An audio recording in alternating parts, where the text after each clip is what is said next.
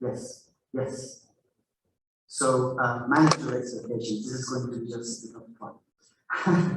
So yeah, in the next 10 minutes, hopefully, I'm talking about some very simple experiments that we have done in London and in Taiwan across a couple of months, some preliminary results, and hopefully a bit of take homes for everyone.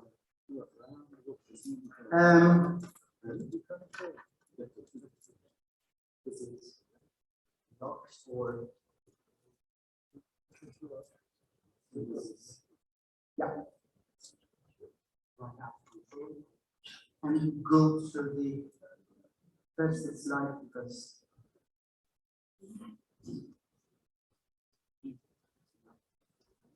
no, it's just going forward.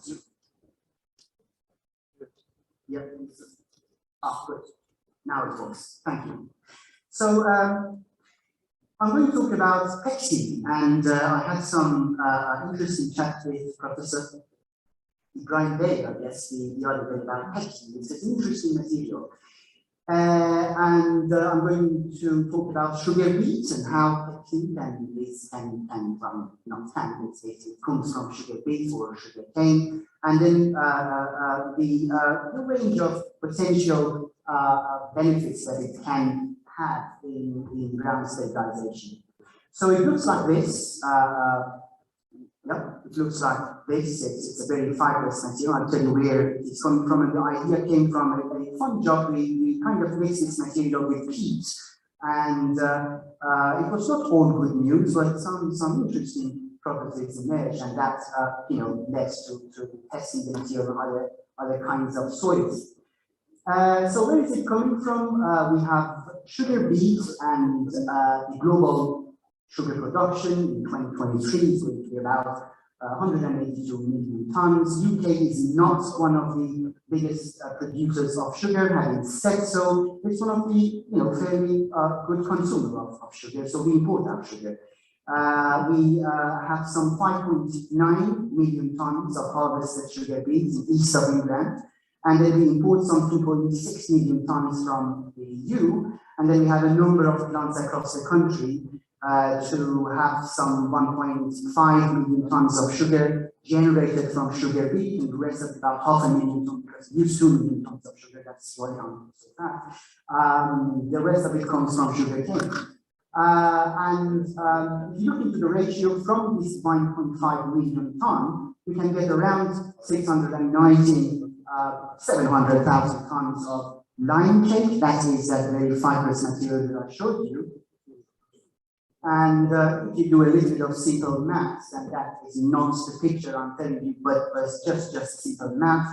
If you consider micropyle 6 meters long, 20.25 meters diameter, and if you assume that you are mixing this material with soil at a proportion of, I can't read that, 25 weight percent, then you're thinking about 5.8 million number of micropiles per year. So if it proves to be useful, then it probably can be used in ground improvements as a green material. Now, where is it coming from? We've got the sugar beets. First, we've got these aggregates, the pulp, which are these really macro scale fibers. Then you have sucrose.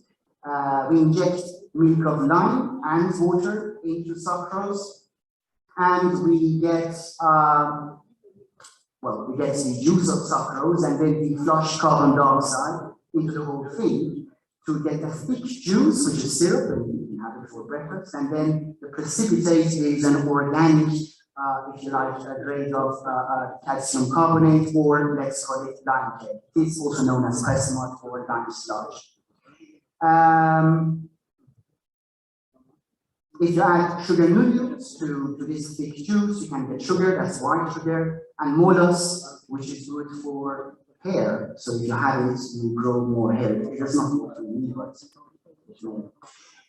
so from every 7 tons of sugar beet, you get around 0.48 tons of lime sludge, the very material that in the next slide, I'm going to show that we have introduced it into a typical, a certain type of soil, using the idea of NISE at the back of our mind to see what happens. So we are talking about the natural puzulan. The natural puzulan is made up of a calcium-rich soft, let's call it precursor, P capital, and an activator. You need this activator to get those hydration and get those cementing gels that eventually will increase the soil strength. 3 different P over A ratios. So the higher ratio means greater degree of activator, and your activator here is pretty much environmental friendly. It's basically sodium silicate, the very material that was used by Russians in the 60s and 70s for stabilization of the soils. We have very OPCC content, that's by weight from 10 to 45, so low calcium, high calcium to very different kinds of cementing gels, the very cementing gels that you can also get in cement. And we have treated the samples 3 to 21 days, contained and exposed. So contained means we wrapped it, and we didn't allow it to lose moisture, to absorb stuff from the air. And exposed means that we put it in the environmental chamber, relative humidity constant, temperature constant, but we allowed it to absorb carbon dioxide, see whether carbon sequestrates or not, and what can be the effect. What we did though was not really traditional ground improvement. We didn't compact our samples, we kept the void ratio as loose as we can, void ratio 0.5, that's quite high. Degree of saturation 55%, and air voids content 50%. So very, very loose but stabilized material. That's what we like. It's organic stuff, so GS, specific gravity, down from 2.6 to 2.1, and we aim to increase the UCS, which is understandable by all the contractors, from a low of 0.5 megapascal to 0.05 megapascal to 0.5 megapascal. That's 10 times increase. So we are aiming, or we hope to get a material that is very light, that is very porous, it breathes and it conveys air and it conveys water, and also hopefully it captures carbon dioxide for its hydration to give us some interesting properties. So this is how lime cake looks like. This is how lime cake looks like in the laboratory, a very smelly stuff. So people won't really like it from the social perspective. You need to do something about that smell. And when you dry it, it gets into a powder with that very strong smell. Interesting thing is that it contains about 30% ferric oxides. Now we'll tell you why this is quite important. And a bit of calcium oxide, which is good. That is going to attract the carbon dioxide.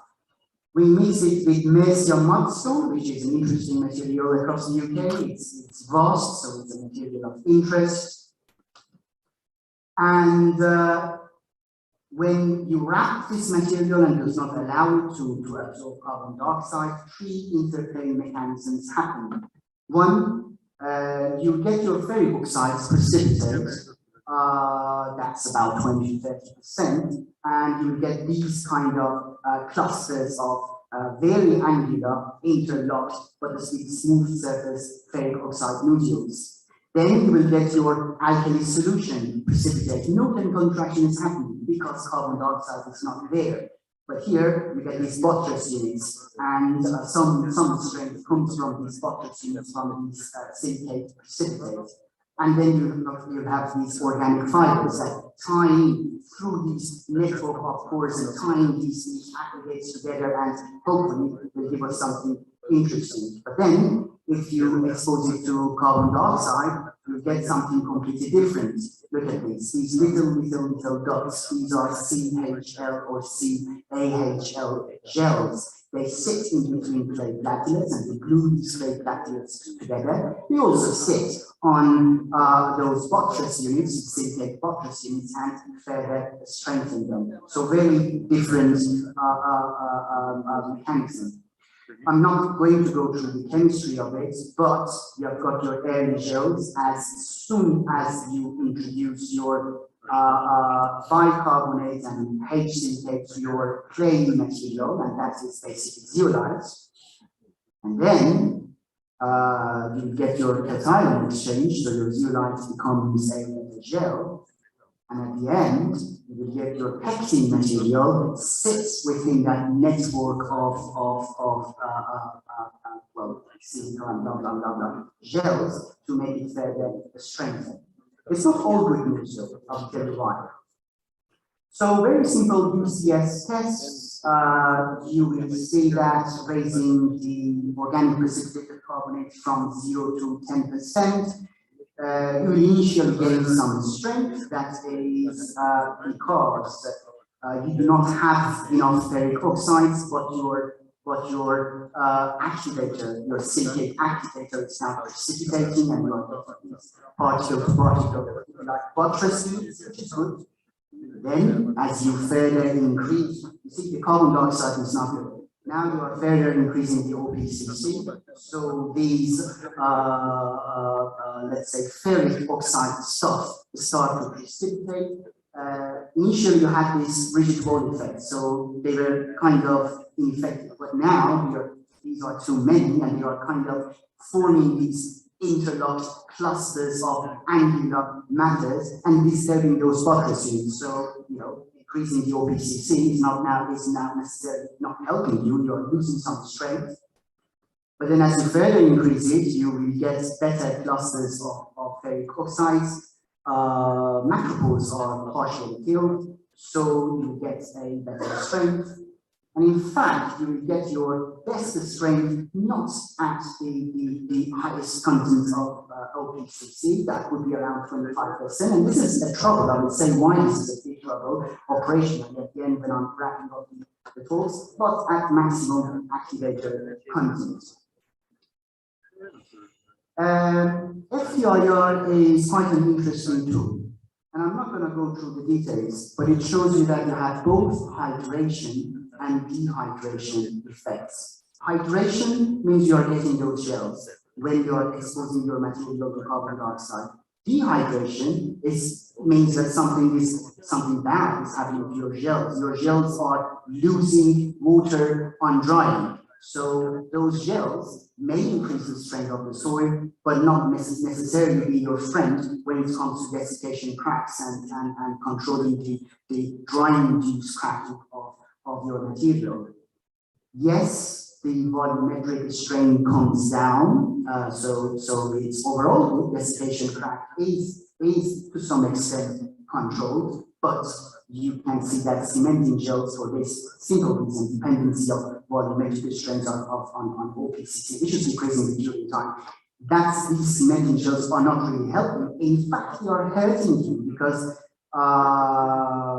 the more the volumetric the curing period, the more the volumetric strains. And that is what dehydration means. So these gels dehydrate and cost you dearly in terms of desiccation cracking. Having said so, the material is quite fine in terms of giving you greater capacity to the soil to keep, to reserve, to have water, and also to get your clay connectors a little bit, if I may say so, airtight. And that's come from AEV, air entry value, and the residual water content. I do not have enough time, so I'm going to skip a couple of these slides, and I'm going to go to the very last slide, and that's it. Comparing the traditional way of introducing this good material, so you've got the good material, but you need to think about the method too. So the traditional way of introducing this material, compacting the soil at optimal water content, densifying it, and introducing this material to get a very, very porous void ratio of 0.5, that kind of porous material. If you look into this image, we can see that it might be good if you keep your porous spaces open. You will get a higher large strain stiffness. The material will get extremely brittle. You're going to do something about it, but you will get pretty much the same level of strength. So what I'm trying to say is that you do not have to compress your soil to the densest possible state. No, you can keep the pore spaces open if you know how to introduce your interesting new material in an informed way. And that's all. Thank you very much. I skipped some slides.